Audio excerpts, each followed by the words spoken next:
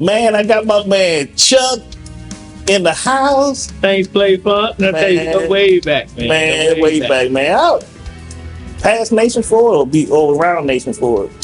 When we met. Probably before Nation Ford. Yeah, before Nation Ford. Yeah. Man, it's been a minute, decades in the house. Yeah, bro. yeah, man. Yeah, because my son wasn't even born, so he's That's right. He's 20 now. So. Jeez. Yeah.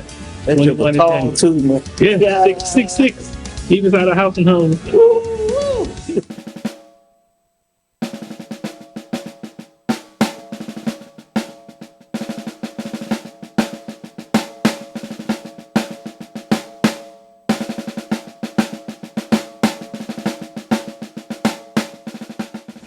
I'm glad you came down, man. You actually, man, the first person that actually played on this setup. Thank you. Yeah. Got my man Chuck in the house, you know? Appreciate it, man. It's crazy, man. You know, shoot, we even got DC. We both hometown cats, man. You know what? You and your band up to right now? We've been playing a lot, man. We've been doing like between 7 and 10 gigs a month. Wow. So this is the only month that we kind of just chilled out because I'm doing a lot of traveling and everybody's kind of traveling, gets a little time to rest and relax. Yeah. So we got like 1, 2, then we got like 5 gigs this month. Oh, wow. And then next month we got like, I think we got like 5 or 6 gigs next month. And then come January, it starts back up again. Like, you know, all the grinding and stuff. So usually the latter part of the month, that's because of choice that we, you know, choose to just kind of cruise down a little bit and enjoy all the hard work for the last 10 months. The last 2 months, I kind of just chill out a little bit, enjoy family a little bit more, you know. Mm-hmm. That's one thing, man, I can say, man, you know, about you, man. I mean, it's just for real, man.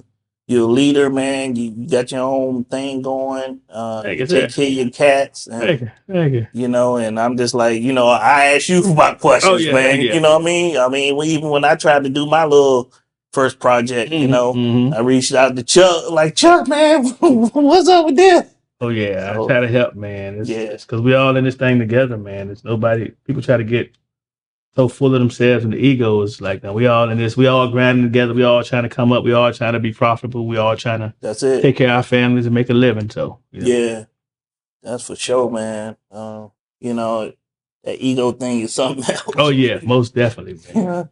Come across it all the time. And it's like, you know, I was telling my wife today, I was like, the biggest thing now, I'm just about trying to help cats. You know, if I can't help nobody, then it's like, what's the use of having all this? You're on a mountaintop, but nobody up there to share it with. That's you know what I'm saying? It's like a lot of musicians get that concept confused and it's crazy, man, how people you know, as people in musicians, like they just get so full of themselves, like that you can be here today and gone today. That's it. Or something can happen that you won't have this talent or this gift that we have. I always say, man, the talent is on loan from God. None of it. Yeah, most definitely. You know, and you know, my thing of it is that too, if you got a full talent and you're not sharing it with nobody, how can you grow? Correct. You got to get that stuff out. You got to release all that stuff, man. Yeah, most definitely. You know, because you know, I find myself sometimes if I'm being stagnated or something like that, that means that I need to give something away. Correct. In order to get some more stuff in. Yeah, that's it. I'm the same way, man. That's even not only just mentally, physically. I've given so much drum stuff away. I've given advice, given time, just quality time with cats, just trying to impart into them the knowledge that I have, and you know, to try to stay successful in longevity and be relevant. Right. You know, and I tell a lot of musicians, you can't just be closed the mind and dimension to one genre of music. You got to be diverse. Right. You know, I've gotten phone calls from country artists. I've got phone calls from a lot of neo souls, gospel artists, R&B. You know, and it's just like, okay, you know, yeah.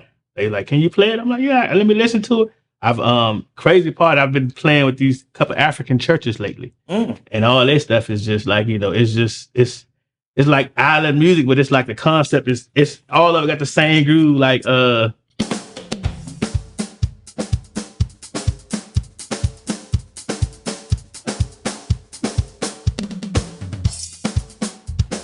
learn all of that. Like, Right. okay, let me listen to see what they listen to. Right. And once you get into that, churches be calling you all the time. Hey, can you play for me? I heard you at this church. I heard you at this my sister church. I'm like, yeah, I play. So I do kind of other services too, like special service. They do a revival or concert or something like that. They called me in for that too. So oh wow, yeah, that's what's up, man.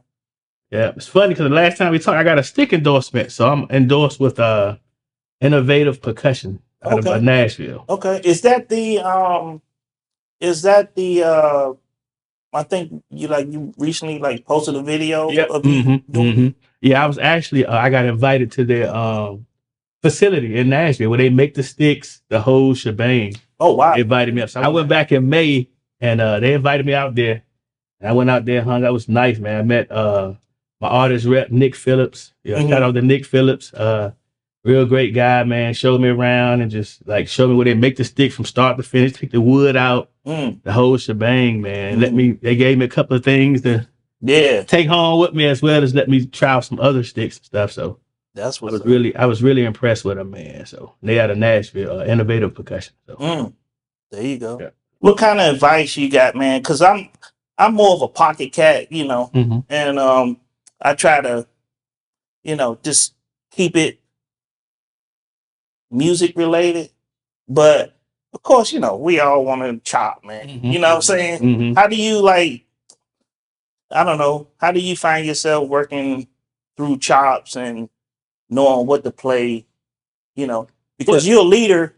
Yeah. And it makes it different because you the leader of your own band, so you can shine when you feel like shining. You know what I'm saying? But what do you do to kind of stay in the pocket and make sure everybody is to be honest, man, I hone in on my craft. I hone in on my craft basically. At the end of the day, the only person I have control of is myself.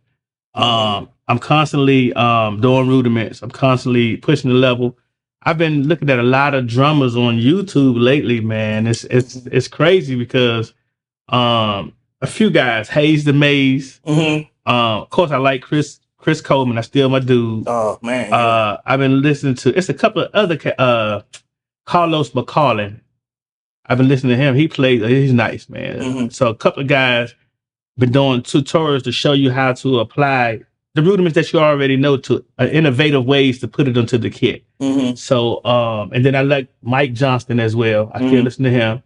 And it's just the stuff I know the rudiments, but then sometimes my thing is how do I may play a paradiddle, just grooving a paradiddle, but I'm they take it to a whole nother plateau of the paradiddle. I'm like, wow. So I've actually studied. I have my MacBook literally right here, and I'm actually going through it as they're going through it and stuff like that. And that helps me a lot, man. When I get find yourself working on the subdivision more, or do you hear just the pulse, just the one? I actually hear both of them, and then the rudiments that I really get into. There's no one particular one, but I hear it and I play it, and then I'm like, what can I use this? What song are we playing out that I can apply this to? You know what I'm saying? It may be a simplest thing, a simple feel. I'm like, man, that's hot, but just where you put the placement, and you don't have to do it. You can play your pocket, and then the thing I like about cats that I've seen, they play hitting, and they do something real fast. You're like, well, what the word? It kind of catches you off guard because they're not repetitionally doing the same lick, right? And they just stick their lick in. You're like, ooh, it has a lot. Those have more meaning for impacts on me than guys just chopping. You know what I'm saying? Okay. Because if you hear chop after a while, it kind of gets old and stagnant. Okay, because it's you can only chop for so long, and if you chopping through a whole, let's say you're doing your first set. Let's say you got 10 songs and you chop into all the 10. At some point or another, you're gonna run out of chops, right? And you're gonna keep replaying the same repetitive chops that you've been playing. You know what I'm saying? So your repertoire is not even diverse or big enough to expose or do some other stuff that somebody can learn from, right? Opposed to just being a pocket drummer and then you sneak it in here or there. Just say, man, if you're doing a 10 song, if you're doing a show and you got 10 different chops, or you can apply those chops to, you can do a chop or song, you groove that, and then they just what in the world is that? You come back to your groove, your pocket, and that's gonna mean a lot to people. They're like, man, what that dude just do? Let me slow that down. Let me dissect that, opposed to doing the same chops. So that's kind of where I am now, man. And even with my band, man, everybody can solo like crazy. Everybody can like banana solo. So when they give me solo, I look at what I learned from too. I look at solos that we did a show last month, and I try to see the growth. So if you gave me a solo, and I do my solo the next month, am I still doing the same solo, or if I'm doing a new solo to push my to push my level to like, okay, you know what, I'm growing if I'm doing something totally different, because I hear stuff.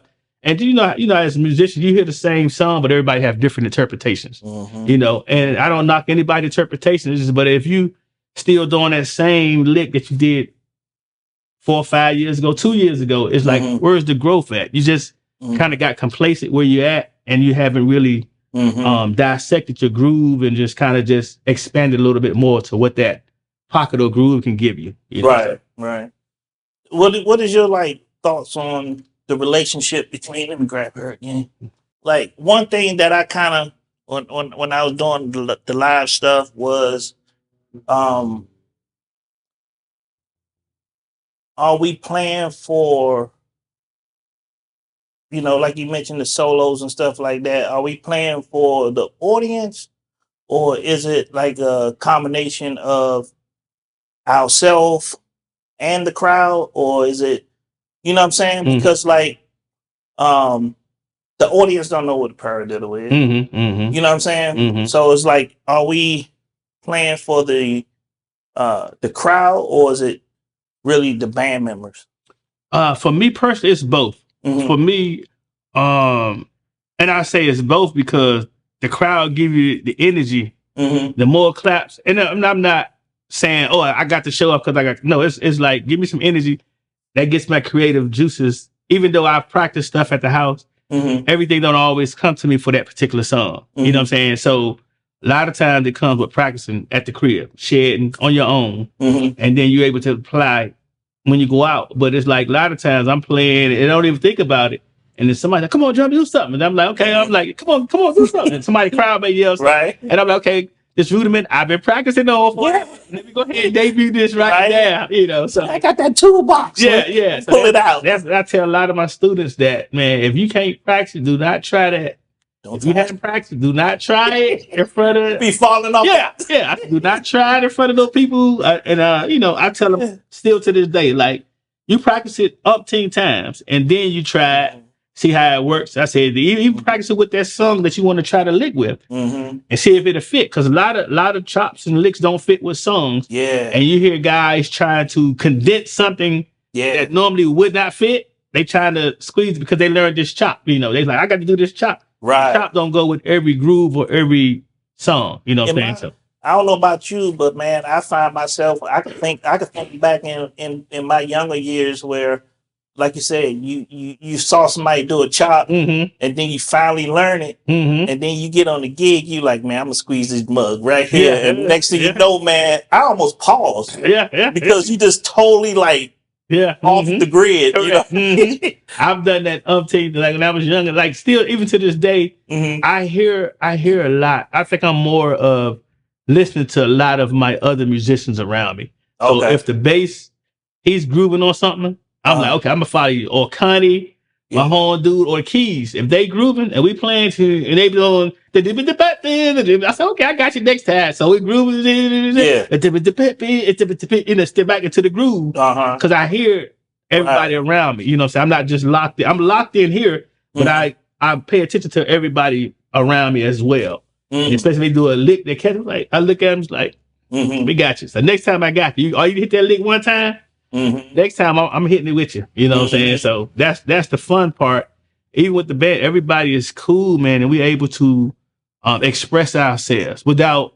It's no egos. You know what I'm saying? There's nobody like, oh, you stole my thunder, my shine. Everybody grooving. Everybody have a chance to solo. It makes a world of difference when the stage is relaxed. Oh yeah. I mean, we all have discernment, and you know, I'm just like, man, it's times where I walked into a gig and I'm setting up, and you can just feel somebody having a bad day without even playing a lick. But then later on in the gig, things just like gel. Correct. And loosen up, man. You know what I mean? It's crazy. What are your thoughts on this? I know, like, I have been on a gig and felt like everything was like A1. I mean, the lights, your ear mix, everything felt good. But then you get a recording of it and you're like, yeah. like, what was that? Yeah. Have you ever experienced that? I have. Matter of fact, we just experienced that 2 weeks ago. Oh, yeah? Yeah, 2 weeks ago. We was up at UNC. We did a big event. And everything sound check was on point. Yeah. We did the gig. Was like, huh?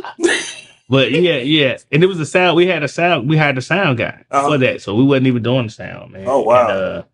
And, what do you think caused that? I mean, because like you said, like the pocket, the energy, everything was there. But the playback, you like, man, honestly, what I think, and this is just me, I observe a lot too. I think with everybody have their interpretation of what it sounds like or what it should sound like, that's when things start being. So for instance, okay, you do a sound check, right? Let's say we get there, we do a sound check, everything is on point. Then, as the sound engineer, I want to add. They try to get more creative as well. I want to add. I want to add a reverb. I want to add this delays, and I'm just like, man, it was already perfect. The monitor was great. I heard everything. I heard my singles. I heard my bass. I heard my keys. But everybody don't want to put their own interpretation of. I want to make the bass a little bit more fat. The bass was perfect. Like you didn't have to touch it. Right. But then they want to put some more gates or more, more kicks on it, and just like, and it started bleeding. And it's just like, man, it was already. That's the purpose of a sound check. It was already perfect. You didn't have to touch anything. All you had to do is sit back and just enjoy the show and get a check. And at the end of the day, but everybody want to put they own special touch on it. Now, on the production side of a house, I know you heard this statement. It was like, if you see an engineer and he just sitting there, then he not working. But I'm like, we as musicians, we like, hey man, once you find that sweet spot, man, leave it alone. Yeah. Don't mess with it, right? I've been on a lot of stages and a lot of shows, and I've seen that happen. Like, and that's the purpose of sound check. You get all the tweaks, get the whistling out the mics, you get everything gauged to where you want it. That's it. All you got to do is sit back and enjoy the show. Yeah. And if somebody say, okay, something else, just something else minor, all you got to do is, okay, if the bass man like cut me up a little bit, or just because you already know the levels are already there. You don't have to touch his monitor, then touch the kick monitor. It's like all you gotta do is touch that one monitor and gauge it up. But it's like everybody want to put their artistic twist on it, even after sound check, and that's where everything kind of go downhill from there. You know what I'm saying? Because what's the purpose of having a sound check if we're not going to get the kinks out? One thing I don't know about I would like to hear your thoughts on this. I know for me, back in the days and throughout my experience as well, man, I found myself having a conflict of I like my drums to ring. I like them to sustain. Is like a piano note. I want to hear it full into it, decay all the way out. Some guys, they just like it dry. Yeah, I don't like. I can't play like that, but I have heard where some engineers who mix the drums dry and don't give you that fullness. When you hit, back in the mix, you like, man, it sounds like your timing is off because they're not giving you that full body. Correct. I don't know. For me, like studio work and stuff like that now. That that's kind of like where I'm at now, and stuff like that. I mean, I see guys in the studio. They put all kind of duct tape and motor gels and everything on it to try to deaden it. But I'm like, don't you supposed to give like the max drum and then let the audio engineer? It's crazy because I've done a lot of studio sessions and they like it dry because they can actually enhance. To make it more fuller, I guess with them. The studios guys I've used, they like give it to me just dry. And I play the drum and it's like they take it all like that. I hit it in the film and they like I'm able to make it fuller when it goes to the mixing and the mastering. They're able to elongate it to make it sound expanding. Like, okay, you know what? So I let them do their thing, you know what I'm saying? I'm like, okay, that's what you say. And so far, like I say, the albums we had out, I didn't have any problems with them, you know, no complaints. The sales been great. And so I was like, okay, you doing your thing. Yeah. Right. Do you control your own drum mix, or do you go off what they give you? Most of the time, if I'm in the studio, I go off of what they give me. Oh, okay. Yeah, most of the time I go off what they give me. For myself personally, I control my own. Myself, if I'm out with my band, I control everything on my own. Like, okay, this is me. I know what I like to hear.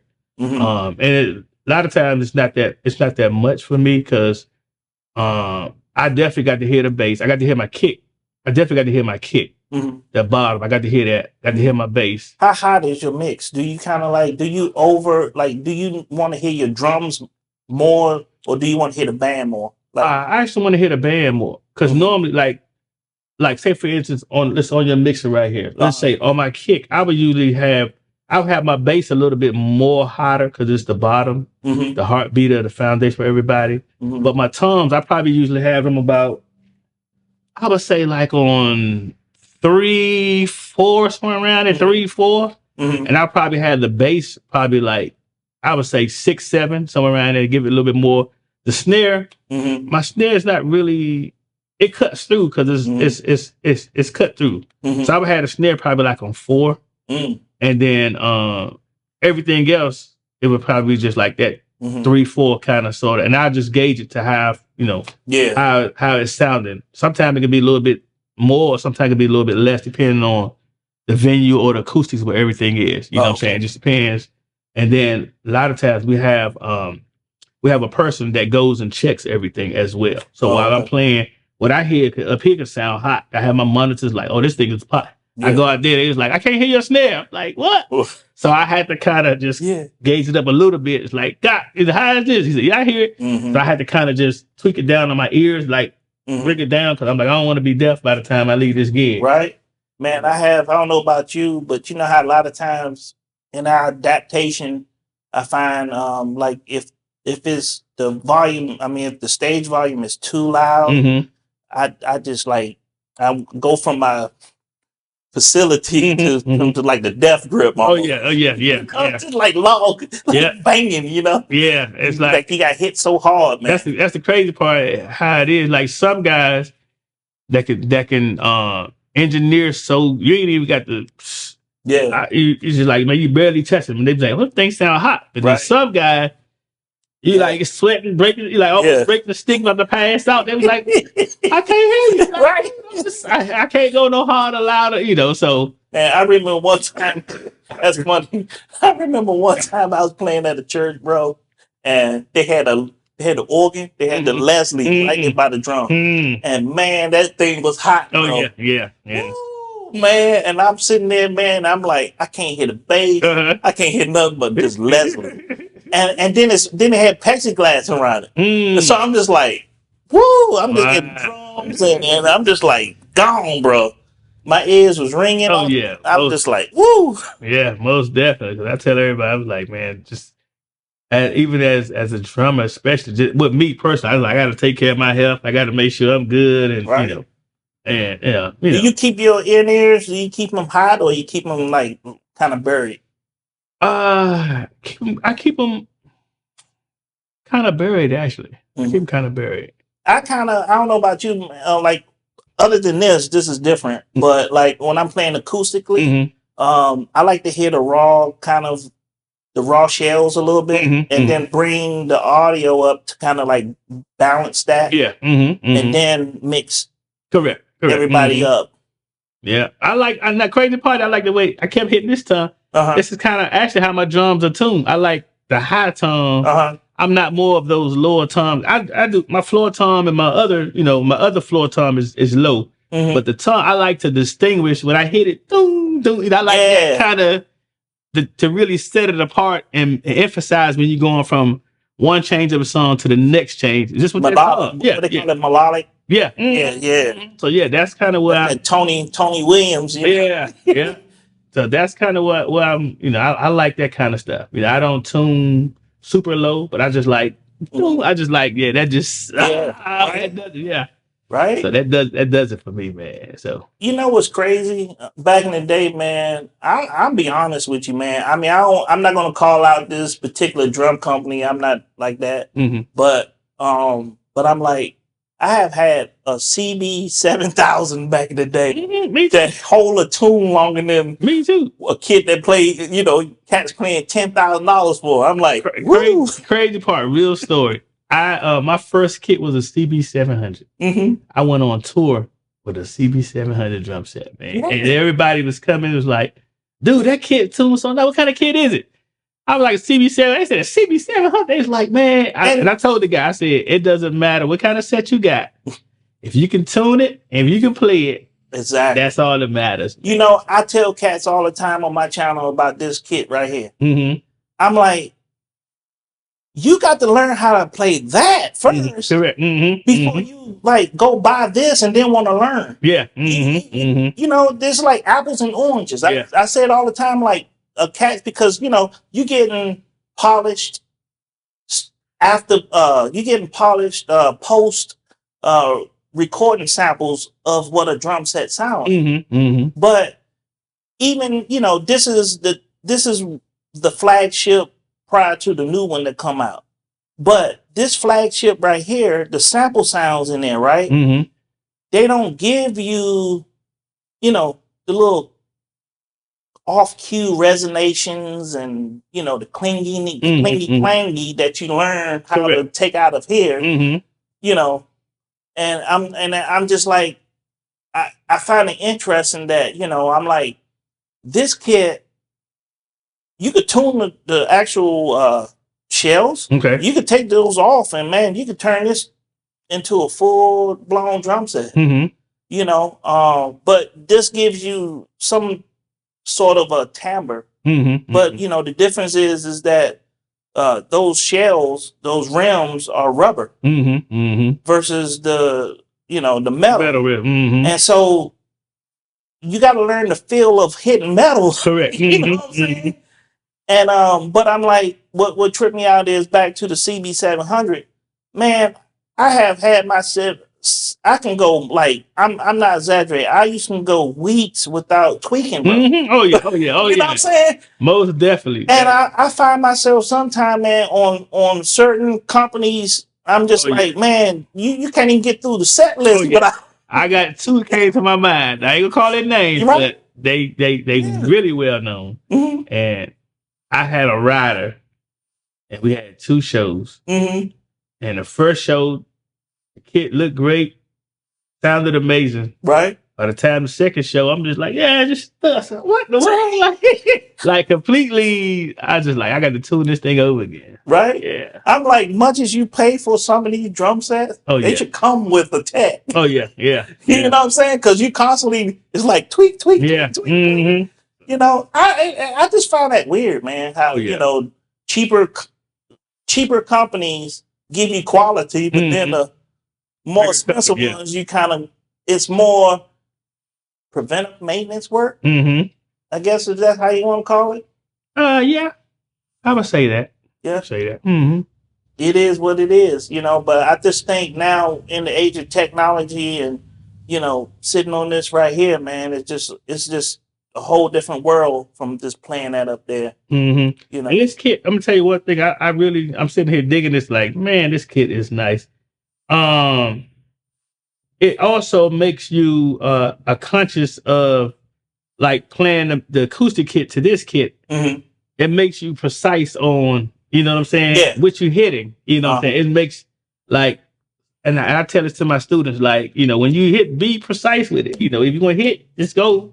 Don't, and just already know it's a training deal from that kit instead of just, a lot of cats beat on the rim and just tearing the rim up. Just just make it, just It's kind of be in the middle and get that fullness when you hit it through, and it's stick control too. Like you ain't got the kill, and so if you don't know how to work this kit, like even working the room, I've had, and it's so fun. I had a couple of cats that filled in for me, and you got to know the room. You can't come in with a 20-piece drum set and it's a lounge. It's a little cocktail lounge.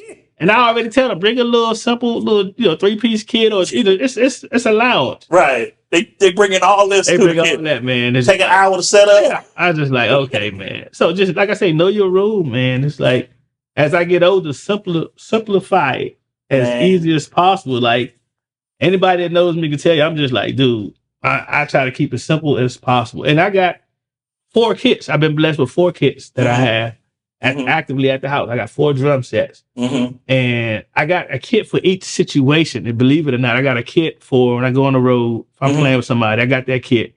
I got another kit if I go on a road and it's local. So if it's like, if I go on the road and it's a like touring, I got a kit for that. I got a kit if I'm going, let's say for instance, I'm in Greenville, if I'm in Atlanta, if I'm in whatever, if it's local, I got a kit for that. And then I got my black kit that I've had since before my son for like 25 years. It's a smaller kit. Is that Pearl? No, it's that PDP, that black. Oh, the PDP. Yeah, I've had that for like 25 years, at least 25 years. That's the workhorse kit. I carry that everywhere. It takes me 6 minutes to set up, 6 minutes to break down from start to finish. Like kick, the toms are small like this, so the toms stack into the 2 toms or 3 toms stack into my bag. I got that. I got a kick about like that. And my cymbals, and I carry that kit everywhere. It's light on the body, 6 minutes to set up, 6 minutes to break down. My next kit that I got, it takes me about anywhere from 10 to 15 minutes to set it up, break it down. The next kit, the one I go on the road, that takes me about, I'd say probably about a good 20 minutes. If it probably about 20 minutes. And then the one at the house, I don't even touch that because that takes too long. That's like probably like 45 minutes because I got the rack. I got to make sure the rack is good. But one of my personal pet peeves, bro, I hate being late to it. Oh yeah, man. Most definitely. Definitely. Especially being drummers, man, I try to be early before anybody get there and halfway set up before the other cats show up. Yeah, that's how I am. Same way. If the gig starts at 5, I'm usually there by 4. I'm pulling up at 4 and I already gauged. Okay, it's gonna take me 10 minutes to set this up. So 4, I'm gauging. It probably take me 5 to 6 minutes to walk into the venue, see where it's at. Just put everything in there, and then about another 6 minutes. So usually by 4:20, everything is up, and I'm just sitting here just like, okay, I'm good now. You know what I like about it too, man? I can like run the set list in my head, or listen to like, I don't know, if you're playing for an artist and it's a last minute gig, you can get those chops or those accents, lock those down. Yeah, I've got a lot of phone calls for that too. A lot of them, they send me the tracks through was it Dropbox? Dropbox. I get the tracks, listen to it, make sure I really hone into it, all the licks and chops and the accents and breaks and stuff. And then I get there, head to the gig, I'm like emphasizing, okay, make sure I got it. And then when I get there, it's like, okay, we good. I'm like, I grab the intro, the outro, get those in my brain and the tempo, and then the rest of the time, I'm like, once I'm in the song, I'm good. Oh yeah. That's the crazy part. Yeah, you're in there, you good. So. Yeah. That's what's up, man. But yeah, man. How you like in Florida? Florida's cool. They got some crazy drivers, but it's cool. Like right? Like a lot of elderly, Yeah, I saw coming today, a couple people cut me off. I was just like, well, where we going though? We're not going. It's when we were in traffic. It's like one dude literally pretty much cut his car directly. We here. And it was probably from this near to that much space. He's just basically turned almost a whole left-hand turn. Man, it's crazy. Like, where you trying to go? Like, I don't know what it is. I guess just when you get older, man, when you commit, you just commit. And people, man, they run out in front of you, man. That's why when we on a bike or whatever, man, I'm rural. Oh yeah. I'd rather take a chance with an animal. You know what I'm saying? I'm just like, whoa. These people, man, they just dart right out in front of you. Well, Florida, it's cool, man. I really enjoyed my stay here so far. It's been, I've never been to Tampa before, and I got an Airbnb. It's real laid back in this little wooded subdivision area, and it's like quiet night. And I used to go to Tampa. Well, I used to be stationed kind of there when I was on Carnival cruise ships playing. Okay. Yeah, Tampa. Now, how was that? How long was that contract when you did? We did 3 months. 3 months. Okay. 3 months. We was filling in for a house cover band. Okay. And it was just they just needed a break, man. And so the agent was like, "Hey, y'all want to go?" So we was just like, "Yeah." So 3 months you stayed on the ship for 3 months. Yup. Everything taken care of. You know, you get your salary. You know, every once in a while you kind of like the duty band. So like when you know, every periodically when they go off to a dock, we the house band for that. You know, we might have to set up near the pool. Yeah. So how many shows y'all do when you're on that? Just one Just a one night. show? Okay. You know, we play for 2 to 4 hours. Okay. And then typically once we was on the rear of the ship. So after what we did was we started the first set, and then they sent the comedian on. Okay. And then after comedian do his thing, then we follow up. Okay. Yeah, because somebody asked me about that recently. They was like, "Man, have you ever done a cruise?" I said, "No." I'm like, I thought about it, but then I was like, "No." I'll be honest. This is my opinion, and you know, I'm just like, man, if somebody was to ask me a month, it's that threshold. Okay. You got that first month, you good. Okay. But after that, it just started becoming routine-ish.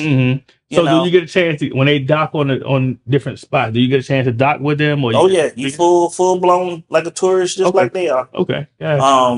You know, we got off. We was considered crew staff. I think that's what our title was. Okay.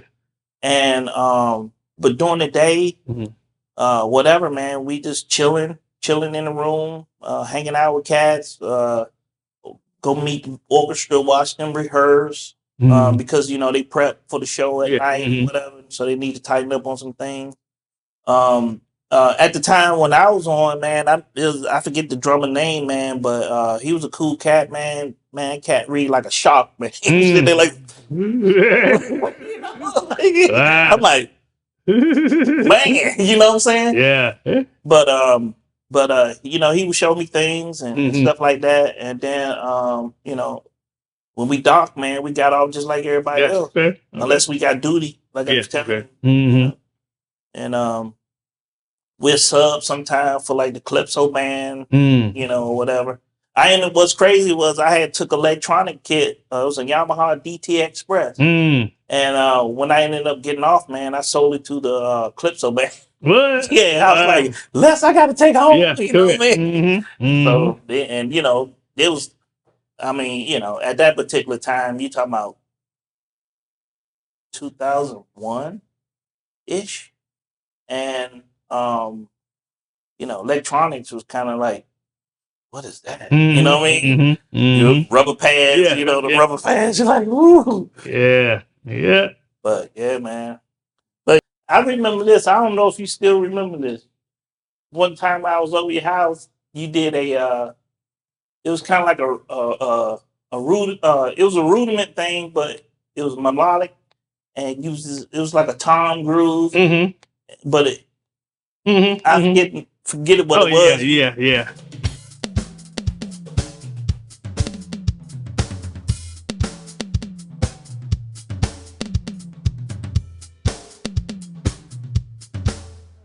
Thank you, sir. Yeah, man, I appreciate you, man. Oh, thank you. That's nice. That's a nicey. Maybe go home and start looking for one myself. Like, right? Now, can you incorporate these into acoustic kit as well? Oh yeah. That's my only thing. I would set it up at the house, opposed to taking it out.